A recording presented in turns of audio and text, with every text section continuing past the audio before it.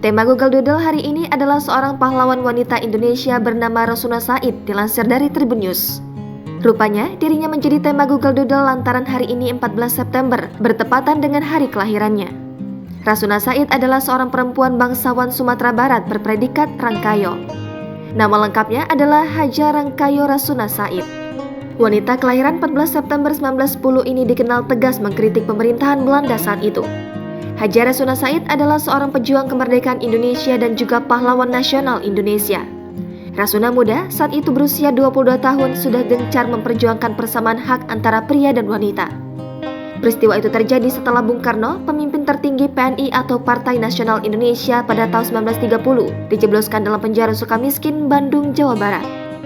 Gerakan kegiatan Rasuna Said selaku wanita muda Islam dari dan di tanah Minangkabau merupakan kejanggalan di zaman itu, dikutip dari budaya.jogjaprof.go.id. Singkat cerita, pada tahun 1926, Rasuna masuk perkumpulan Serikat Rakyat dan duduk di dalam pengurus sebagai penulis. Kemudian, SR menjelma menjadi PSII atau Partai Serikat Islam Indonesia. Rasuna pun tetap menjadi anggota dan duduk dalam pengurusannya pula. Di samping itu, ia juga menjadi anggota PERMI atau Persatuan Muslimin Indonesia. Di dalam PERMI, kegiatan Rasuna amat menonjol, demikian pula ketangkasannya teruji.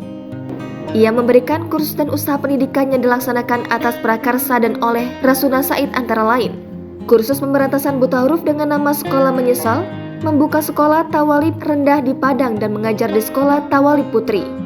Kursus Putri yang dipimpin oleh Rasuna Said di samping ia mengajar kursus nasional kedua-duanya di Bukit Tinggi, di mana sekaligus digembleng kader-kader Partai PERMI.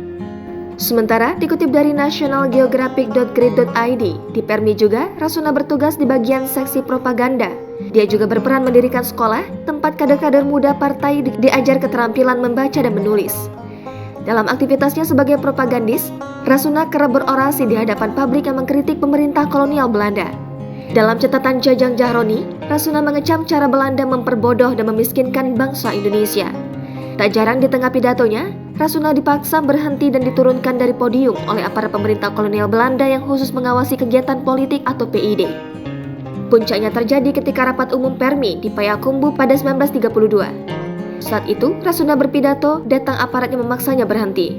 Ia pun ditangkap, diajukan ke pengadilan kolonial, kemudian dipenjara selama 1 tahun dan 2 bulan dengan dakwaan ujaran kebencian. Rasuna Said memasuki usia 55 tahun tanpa menyadari dirinya mengidap penyakit kanker payudara.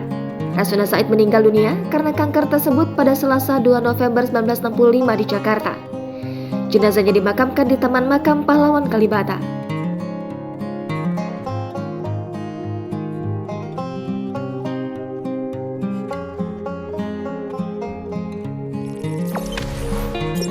Jangan lupa subscribe, share, komen, dan like ya.